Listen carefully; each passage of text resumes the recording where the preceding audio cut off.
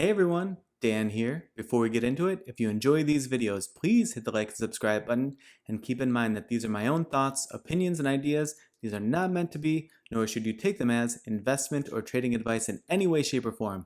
Do your own due diligence, put in the work for yourself, and make your decisions based on that. Enjoy. All right, folks, here we are after market close on Wednesday, October 11th. We're going to take a look at Chargepoint today. So Chargepoint's peeling back today over 16% at all-time lows down here, which you can see on the monthly chart pretty easily. And here on the daily, caught under a really strong downtrend at the moment. And obviously this was catalyst driven today. We're not going to get into the catalyst. You can see it there. There's plenty of places where you can read about it. But we're just going to take a look at the chart and where the price action that's, took place today, where that leaves us as we head into the next several days. So first thing I'm going to point out is this gap that's been left. So there is this gap. If and when it comes to fill it would enter this gap right around 633. It would fill the gap at about 704. So obviously hugely to the upside from where we are right now. But who knows, what the possibility of that looks like. Now, obviously, since we're at some all-time lows here, we are getting into thin price action is too generous. It's just we get into no man's land, and so that becomes quite challenging, obviously. So we're going to use the EMAs here in a few minutes, but I will put a few levels on the chart. Some of these may sort of sustain better than others. Like I said, very, very thin price action to go off of even in this range. Not to mention down here, we're just sort of completely lost at the moment. We can put in this 375, the low of the day, as just a marker for the time being. But short of that, there's not a ton to make a lot of inferences from. But these are some levels that I would put in for the time being. And see sort of, how those manage in the coming days. If it, peels down much further from 375 and puts in some price action for a few days and folks want to come back and take another look, I'd be happy to. You just got to let me know in the comments.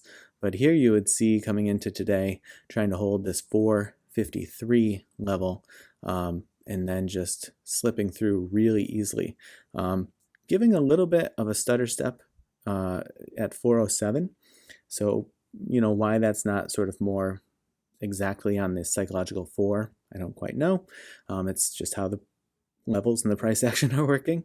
That's why we have levels and we don't just say it's 4 and then it's 425 and it's 450. That would be too easy. Sometimes it does end up looking like that, but this is not one of those cases. And then, a few stutters on its way down to this, I guess in the after hours now, 374 level, but we'll hold it at the 375 for now. Now, if we get rid of this, we go back to the daily, we pull in the EMAs to see what those would have looked like. Hey folks, just so you know, you can get these videos early and ad-free. If you click on the description below and become a member, you can make that happen, and I really appreciate the support. Thanks a lot. Enjoy the rest of the video. We see, since this gap down, just caught clearly under this 8 EMA, not even able to come anywhere near making run at this 21 EMA in the middle here. That said, with a day like today, this is dragging these EMAs down so far that it could sort of inadvertently pull the 21, tight in to the price action and maybe sort of bunch it up like we saw here a little bit and give it the ability that on a more slight move it could come up and at least test it. But here, even before this gap down, you see it came up, couldn't quite reach the 34 EMA, gave a little bit of a nudge to the 21 and then just fell like a rock. So obviously it's in a downtrend there. Bears are owning this one at the moment. I don't think that that's too unsettling to hear for anyone. Now, there's a trend line. We can sort of try to figure out exactly where we want to put it. I would put it maybe right around here and just say, at this point, since that gap down, it rejected off there once, twice, and now, after today, a third time. And so the key is going to be, even if it can get support over this 375 level, what's it going to do with that if and when it's, sorry, let me just try to get this more exact. If and when it's, say, moves sideways, for example, and then runs back in to this downtrend resistance, or if for some reason it rises in the coming days high enough to come into contact with the downtrend resistance, does it just really, really push it off quickly and powerfully? We'll have to wait and see. But downtrend resistance, EMAs, are a bit of of all that we have to go on, at least for now, below the 375 level. And even then, between 375 and 407, which is a pretty big percentage swing, not a ton to go off of there, unless we start to get really intraday, which can get really challenging on the veracity of those levels. So on the long swing down here, it was sort of swinging down before even that big gap down. See several triggers on the TTM squeeze indicator, counter move, and then the full move down here, and then bleeds into another trigger and another fire. And that gives you a quick counter move up and then the big move down. Now, after today's action, even though the bearish momentum was dying down a little bit, it was still very, very heavy, very strong on the histogram. Today, it bumps it right back up to strong momentum in the red, and it's spending a lot of time in oversold territory. I say this over and over and over again. Hopefully, it doesn't fall on deaf ears. Just because the stock is overbought on the RSI does not mean that people can't keep buying it.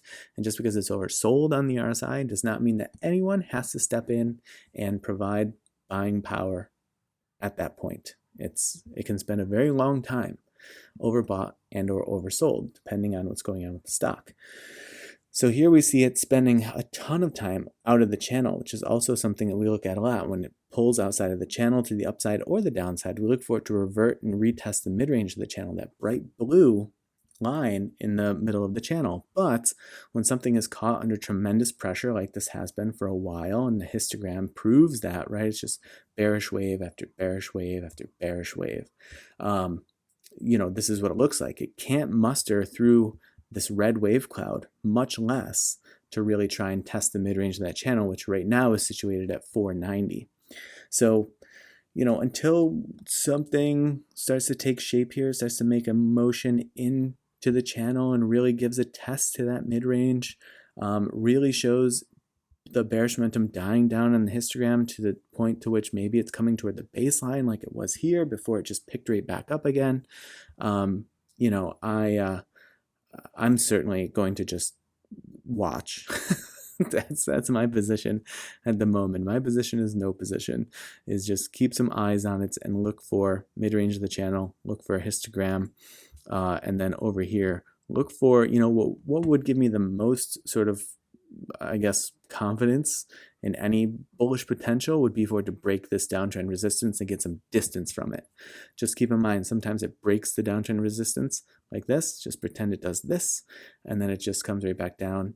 And even if it doesn't dip down underneath it, it can just kind of follow it down in the saddest of situations, which I call downtrend support, which is not what you want. So that's why if it busts through and then gets some distance, even if that means that it goes sideways for a while, and it gets some space like this, then I would really start to give it a look, reevaluate where the EMAs are, evaluate where it is in the channel, that sort of thing. But until then, I'm a happy observer, and we'll kind of wait to see what happens. All right, folks, I hope that you had a happy hump day and that you finish the week off strong in the days ahead. And as always, I appreciate you watching, and I will see you in the next video.